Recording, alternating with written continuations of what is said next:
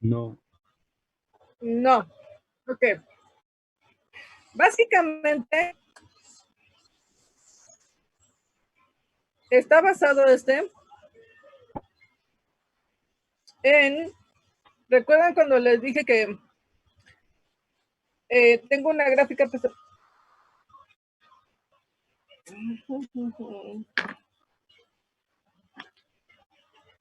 Normalmente cuando yo voy a hacer alguna sintonización, las reglas dicen que primero sintonice al integral, al proporcional.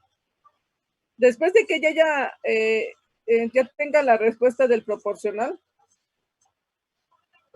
por ejemplo, yo le voy a poner un set point de 25.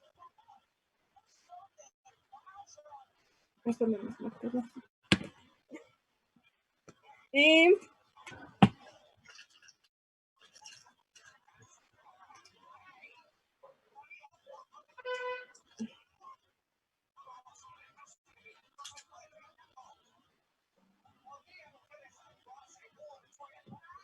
a ver si puedo. Creo que la tengo acá arriba. Ok. ¿Ven esa pantalla? Sí. Sí. Ok. No. Tengo un control proporcional. O sea, sintonizaron un proporcional y resulta que pues el proporcional les dejó un offset o un error en estado estacionario. Lo que hay que hacer primero cuando hacemos la sintonización o cuando vamos a sintonizar es que vamos a ver cómo responde primero un proporcional. Dicen, primero tenemos que, cuando hacemos control o elegimos una estrategia de control, lo primero es probar las estrategias más sencillas o más fáciles de hacer. Entre esas está el más básico que tenemos, que es el proporcional. Pero como decíamos, el proporcional tiende a dejar un error en estado estacionario. Si eso sucede, entonces lo que voy a hacer es primero ver al sistema cómo responde ante ese error en estado estacionario. Y de acuerdo a cómo sea, si el error en estado estacionario no lo permite mi sistema, es decir, tengo una variable que forzosamente tiene que entregarme un error en estado estacionario de 0, entonces tengo que ajustarla, y para ajustarla voy a recurrir al integral.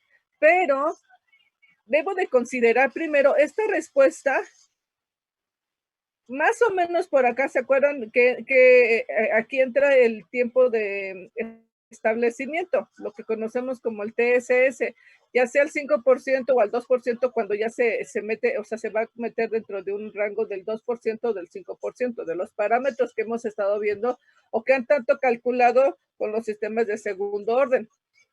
Entonces, lo que debo de fijarme es en cuánto tiempo, o sea, el tiempo que le va a tomar en pasar a o estar entrando al periodo estacionario. ¿Sí se entiende? En este caso, yo puedo más o menos alcanzar a ver que esta le está tomando alrededor de unos 14, 13 segundos o 13 minutos según las unidades de tiempo que yo tengo aquí. Le está tomando como unos 14 o 3, 4 octavos, si lo quieren ver así. O sea, el tiempo que tengo aquí, 3.5 T. Y lo que voy a hacer es que cuando vaya a sintonizar al integral, le voy a dar como tiempo mínimo TI, le voy a decir, tárdate en hacer mi primera integración hasta aquí. ¿Sí se entiende?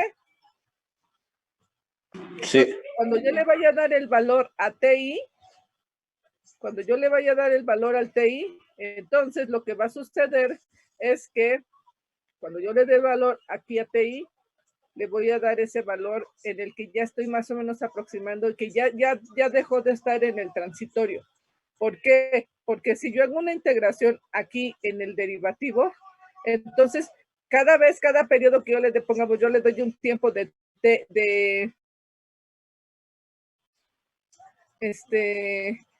el tiempo que tenga o que abarca T1 y le voy a decir que ese es el tiempo de integración.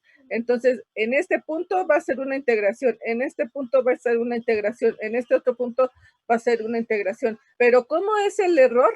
El valor que tiene aquí con respecto a la variable en este periodo corto de tiempo es muy cambiante.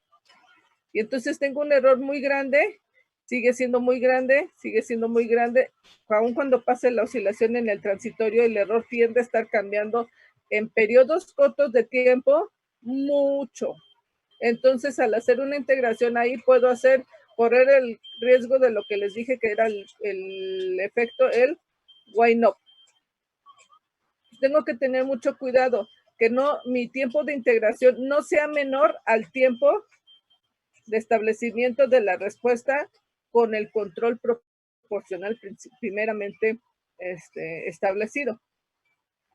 Esto es como un tip, porque realmente ya cuando ya lo estoy haciendo por algún método que es de los que vamos a estar viendo más adelante, o técnicas ya de sintonización, entonces ya voy a usar ciertas reglas o le llaman métodos empíricos para hacer una sintonización ya bajo fórmulas. Pero realmente ya cuando estamos en campo, lo último que te acuerdas es de las fórmulas. Entonces, lo que mejor uno se recuerda son como las reglas en cuanto a cuando ves una respuesta, cómo se está comportando, en base a esa, haces un tiempo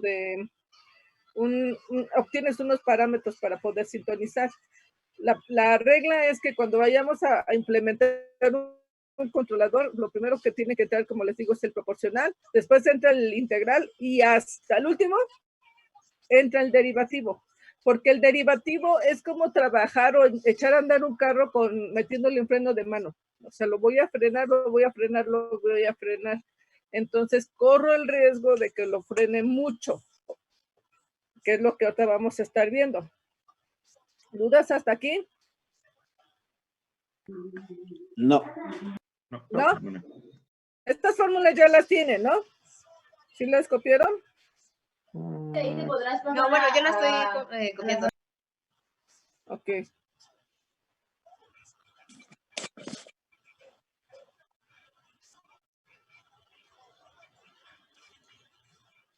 ¿Sí queda claro? ¿De qué se trata? Sí, ahí vamos. Más o menos, ¿no? Sí. Ok. Tengo que tener cuidado entonces con el efecto wind up, porque el efecto wind up es cuando el sistema o el controlador se enclava en su salida de mayor, en su valor de salida más alto y deja de hacer control. Ahora, ¿cómo me voy a dar cuenta de que la regué? ¿Cómo creen que nos podemos dar cuenta en campo de que la regamos en alguno de esos parámetros cuando los estamos sintonizando? Si yo me paso del control integral, del control proporcional,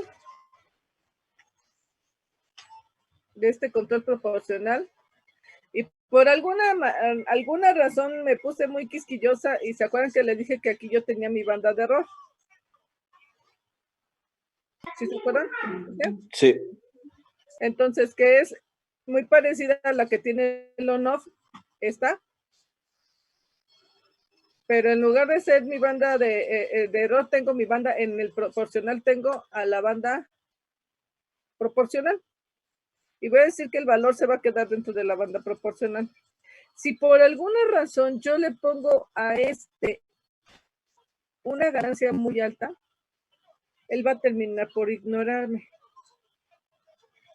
Y lo que va a hacer es que va a migrar de uno de estos, o sea, es decir, yo cierro mi banda proporcional, yo digo, no, es que yo quiero un error bien chiquitito, así. Y entonces como el ancho de banda la puedo ir cerrando, lo puedo ir cerrando. Y como vimos aquí, la banda o la KP, o como se puede ver aquí, KP está en función de ¿quién? De la banda proporcional. Si yo le doy un valor muy pequeño a la banda proporcional, entonces KP va a tener a crecer. Quiere decir que entre más pequeña esa banda, más grande la ganancia, más grande la ganancia, más grande la ganancia, más grande la ganancia. Y cuando yo me pase de esa ganancia integral, proporcional, lo que va a hacer el sistema va a empezar a oscilar de manera sostenida. ¿Y quién es esa oscilación de manera sostenida? Uno no. Ahora, hay una manera de darnos cuenta de que está que me acaba de suceder eso. ¿Por qué? Porque yo cuando arranque el sistema y empiece a hacer control, yo voy a escuchar a la válvula, que va a empezar a abrir y cerrar, abrir y cerrar, abrir y cerrar, abrir y cerrar de manera rápida. Cuando eso suceda, entonces me está diciendo que tengo ya problemas, o sea, que acabo de migrar a uno, ¿no? Pero pues es como decir que digámoslo, se puede dar el efecto, sí, pero el problema que tengo cuando estoy haciendo un on-off con un sistema que no está diseñado para eso, pues el tiempo de vida de la válvula lo voy a reducir drásticamente. Entonces, es como decir que poner a correr un carro de carrera, si lo van a usar aquí en la Ciudad de México, y con los topes que hay, el carro está diseñado para no estar pasando topes. Y los raspones de panza que le van a dar al carro, porque es uno de carreras que son enanos o son de llanta espacio reducido en la parte de abajo, pues háganlo pasar unos topes como los que hay por acá en la Ciudad de México y díganme cómo van a escuchar cada rato el tallón al carro. ¿Va a aguantar? Sí va a aguantar, pero tállalo y tállalo y tállalo y tállalo. ¿Qué vas a hacer? Pues lo vas a dañar, puedes dañar alguna de las piezas que están abajo porque su diseño no es para que esté bajo esas condiciones. Y es lo mismo que tenemos con las válvulas, con los elementos finales de control de proporcionales o regulados, están diseñados no para abrir y cerrar, como es como una válvula solenoide que está diseñada para abrir y cerrar. Sin embargo, sí podemos hacer un on-off con un controlador o un elemento final que sea proporcional. ¿Dudas?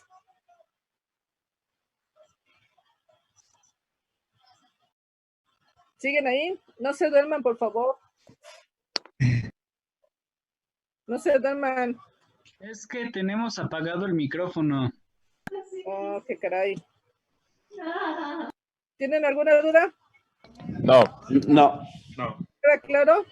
No, profesora. Entonces, si yo pudiera hasta ahorita decir qué es lo que hace cada una de las ganancias, diría que la acción proporcional se encarga de reducir el error en estado estacionario, acercando a la variable al valor deseado o al set point. Es decir, hace como que todo el recorrido y acerca a la variable al set point, pero como no le pega el set point, entonces voy a necesitar un ajuste adicional a él, pero entre más me acerque, intente acercarme al set point, él va a tender a que entre más alta sea la ganancia que yo le ponga al proporcional,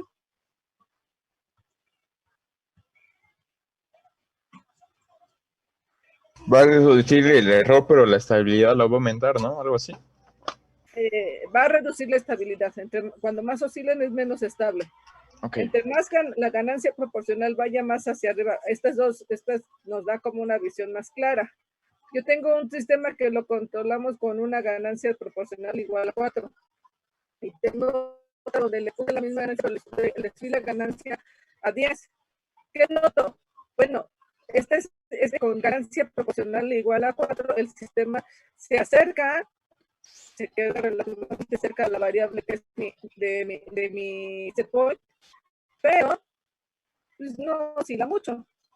Pero si yo intento reducir ese error en estado estacionario, se acerca, pero ¿qué empieza a hacer? Las oscilaciones son más pronunciadas. Si esto o los movimientos son más bruscos, hay sistemas que no soportan unos sobrepicos de esta magnitud. ¿Por qué? Porque a lo mejor lo que estoy manipulando, lo que estoy gobernando es, no sé, o la variable que estoy manipulando, si es de temperatura, y si es de temperatura, a lo mejor es una de estas, es un calentador en donde estoy mezclando o haciendo el mezclado de el Pepto-Bismol, por poner un ejemplo. Tiene sólidos en suspensión. ¿O qué sucedería si yo le aumento, si esa variable yo dijera que yo necesito hacer esa reacción, tiene que suceder en 20 grados o no sé, en 50 grados, por poner un valor? Mi set point sería de 50 grados. Pero si yo rebaso los 50 grados y me voy a 60 grados, ¿cierto? Cuando la variable ya mejorara, mi variable de temperatura de 60 grados, los sólidos en suspensión lo que van a hacer es que se van a pegar. Voy a hacer adherencias. Al hacer adherencias al contenedor, se va a quemar. Y eso va a cambiar tanto el sabor y la presentación, y quizá me pueda cambiar la reacción. Entonces, ese proceso, mejor lo que le conviene nada más es que no rebase yo la temperatura, simplemente me acerque a mantenerlo dentro de los 50 grados, pero sin que se queme. ¿Se entiende? ¿Sí se entiende? Sí. Entonces, regularmente, y este es uno de los vicios que casi siempre adquirimos cuando estamos haciendo control. A nosotros nos enseñan que las gráficas, si ustedes tuvieran que ver esas dos gráficas, ¿cuál de las dos gráficas se les haría más atractiva?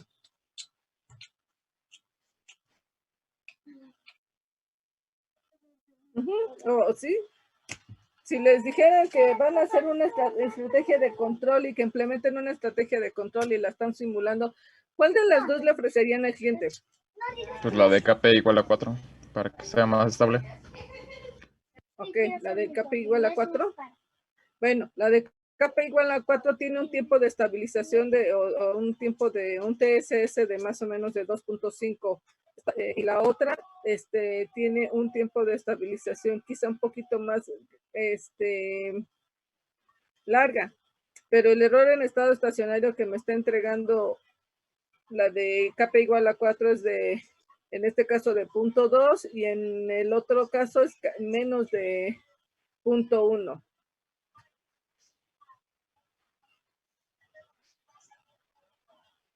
¿Cuál tiene más ventaja?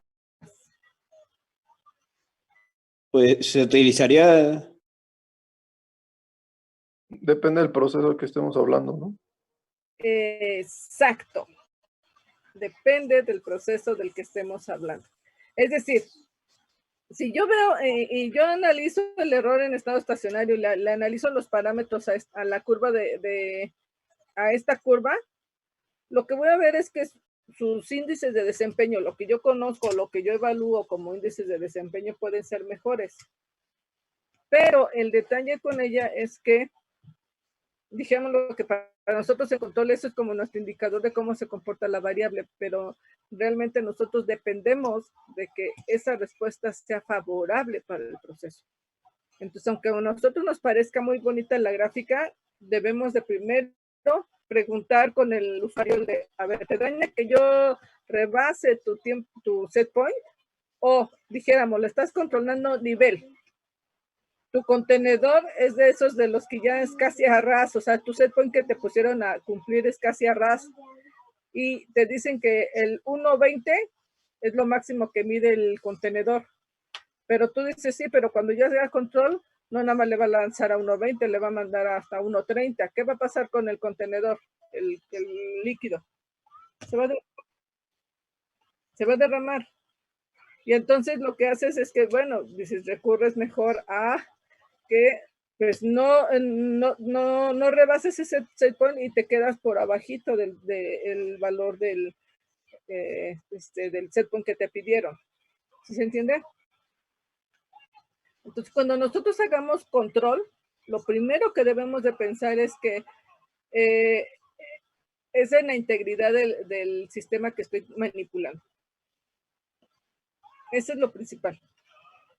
Ya de ahí, en base a eso, entonces voy a recurrir primero, hay algunos que, y más esto cuando, no es que yo lo vea mal, pero realmente yo siento que trabajan doble cuando principalmente van a buscar sus temas de tesis, y entonces se acercan con profesores que aman hacer controles avanzados.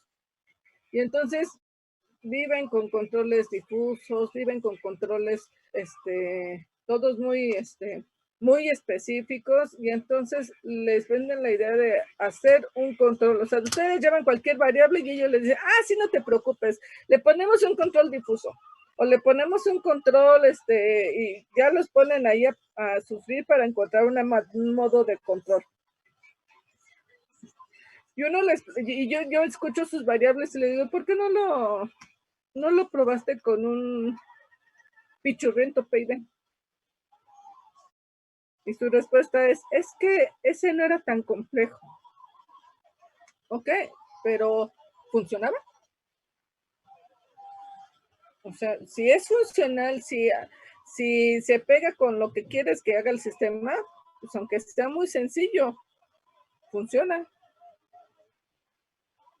Pero como lo ven tan sencillo, no lo hacen. Y al no hacerlo, entonces lo que hacen es que de momento, cuando uno le dice, bueno, ok, está muy bien, funcionó muy bien con tu estrategia, pero si yo te digo que lo hagas con una estrategia más barata porque no me alcanza para pagarte, pues vas a tener que probar una estrategia más barata, y de las más baratas son estas. Estas son las más baratas, las más fáciles de hacer. ¿Por qué? Porque los controladores yo los puedo conseguir a más bajo precio, porque es lo que ahorita ya está en el mercado. Y entonces, para que tú vengas con tu propuesta, me vas a tener que convencer o sea, me vas a hacer que invierta en un controlador que haga esa función del difuso. Y tú lo que tienes que pensar es que tú vas a vender soluciones. A menos que te vayas a dedicar a hacer puro diseño de control, pero ¿cómo vas a diseñar o que vas a ser maestro, doctor del Cinvestav y que jamás vas a salir a campo? Y entonces, bueno, pues te vas a hacer investigación, pero yo me pregunto, ¿cómo vas a investigar de algo que ni siquiera sabes cómo funciona? O sea, no lo has visto funcionar, no lo has visto qué tan demandante es o qué tan importante puede ser. Entonces, pues considera que al menos conozcas el campo en donde vas a meterte, qué hay, con qué compites, qué beneficios, qué desventajas hay con una de las estrategias que haya de control. Y entonces ahora sí, en base a eso, vuélvete especialista a diseñar controladores, a diseñar nuevas estrategias de control, ya ahora sí que darnos una cátedra de hacer cosas nuevas, pero lo más recomendable es que pues aprende a usar lo que hay, y en base a eso, ya que lo sepas usar, ahora sí, con gusto pásale a hacer cosas nuevas. ¿Para qué? Para que las puedas ir mejorando. ¿Se entiende? ¿Dudas, preguntas? ¿No? Ok, entonces dijimos que tengo un sistema que me deja un offset. Si este offset me daña, ¿por qué? Porque a lo mejor si doblemos a mi sistema, que es un tanque, y entonces lo que puedo hacer es que puedo irme acercando al error mínimo permitido, y ya que tenga en este caso yo tendría que estar buscando que el integral entrara por aquí, en el segundo o en el minuto 2. Entonces yo voy a decir que en el minuto 2 el tiempo de integración va a valer 2. La inversa del 2, entonces, ¿cuánto es? De 1 entre 2. 0.5. ¿Cuánto? 0.5. 0.5. Entonces mi KI va a ser de 0.5. Y ya cuando vaya a sustituir al controlador, le voy a poner que una ganancia de 4 y en el proporcional de 4, y el integral una ganancia de 0.5. Es decir, le estoy diciendo que en el lapso en el que ya se va a estabilizar el sistema, lo que va a hacer él es que va a integrar al sistema 2 veces. O 0.5 ciclos, o la mitad de un ciclo lo va a hacer en 1 minuto. ¿Sí se entiende? Sí. Eso sería en un PI, ¿no? En un PI. ¿Qué es lo que voy a buscar ya con el PI? Cuando entre el integral, lo que va a hacer es que va a forzar a la variable ¿a qué? A que suba. A que vaya al set point. A estabilizarse, a meterse al set point. O sea que ese offset lo va a eliminar y va a mandar a mi variable al set point que yo necesito. ¿Sí? Entonces, si quiero amortiguar eso, necesito meter el integral. O sea, si quiero eliminar un error en estado estacionario o mandarlo a 0, entonces tengo que poner un integral combinado con un proporcional. Y el último, que es el derivativo. ¿Qué hace el derivativo? El derivativo lo que hace es que no agrega polos, sino agrega ceros en el sistema. No olvidando que recordemos que de un polinomio característico, el 0 es el que está, los polos que están en el numerador. Entonces lo que hace es que agrega un 0 al sistema. ¿Qué es lo que sucede con este? Tengo que mi señal de controlador de salida puede ser en volts, en miliamperes, PSIs, y la señal de error que está recibiendo, que es la diferencia entre la entrada menos la salida. La ganancia integral derivativa del controlador y el tiempo de derivación, en este caso sí son en duración, y el derivativo donde trabaja o es su éxito trabajando es en la parte del transitorio. Contrario a lo que vimos con el integral, la eficiencia de un integral es en el periodo estacionario, o cuando va a entrar al periodo estacionario. Y en esta, no, en el derivativo él trabaja antes, cuando el error está moviéndose muy rápido, ahí es donde trabaja el derivativo. ¿Por qué? Porque lo que hace es que dibuja una pendiente.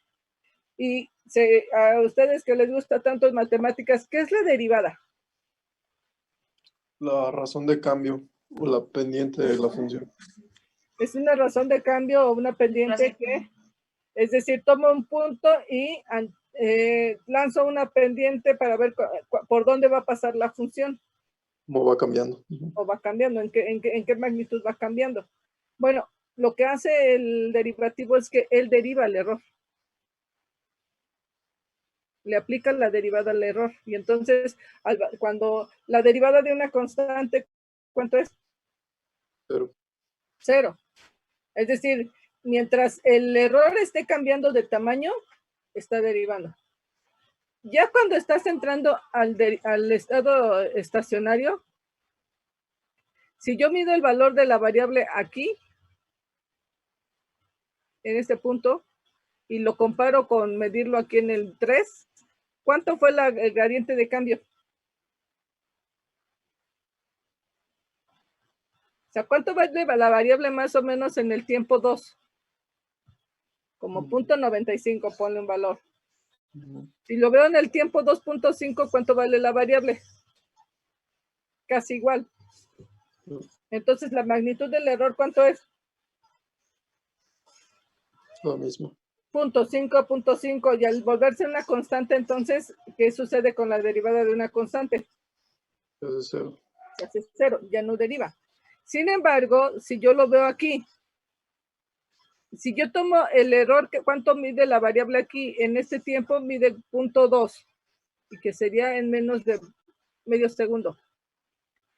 Y si yo antes de igual, como dijimos, ponle tú que aquí sea 0.2 y acá 0.3, el gradiente de cambio entre este tiempo y este tiempo es de 0.2.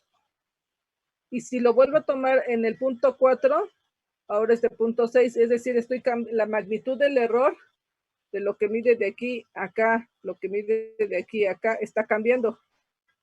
Y al tener esos cambios constantes, entonces lo que hace el sistema es que ahí está derivando. ¿Por qué? Porque la magnitud del error está cambiando. ¿Sale? Si se cortan, entramos Ya estoy en unos segundos de que se corte. Ok. ¿Sí? ¿Se entiende? Entonces, el derivativo trabaja en el transitorio, en el periodo